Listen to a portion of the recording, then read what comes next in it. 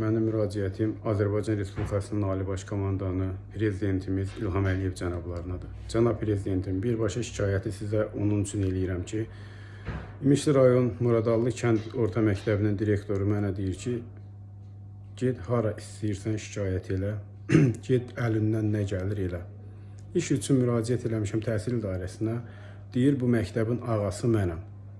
Mən səni işə götürməsəm, səni heç kim işə götürə bilməz. Get səni kim işə götürür, götürsün.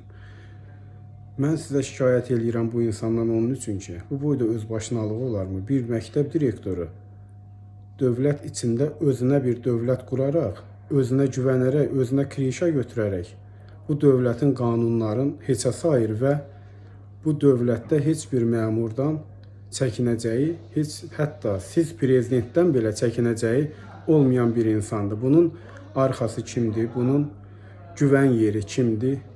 Onu özü bilir.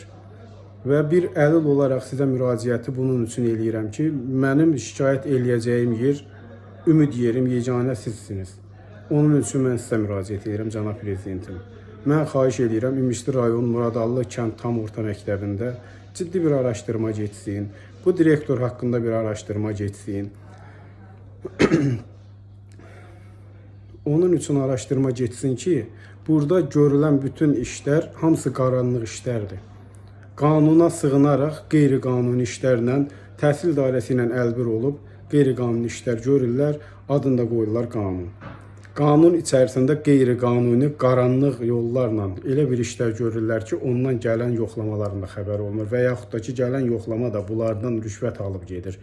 Onun üçün belə məmurları ciddi şəkildə cəzalandırmaq lazımdır ki, bir də təkrar baş qaldırıb deməsinlər ki, vətəndaşa, get kimə istəyirsən şikayət elə, get hara istəyirsən şikayət elə, kim mənə ayıracaq.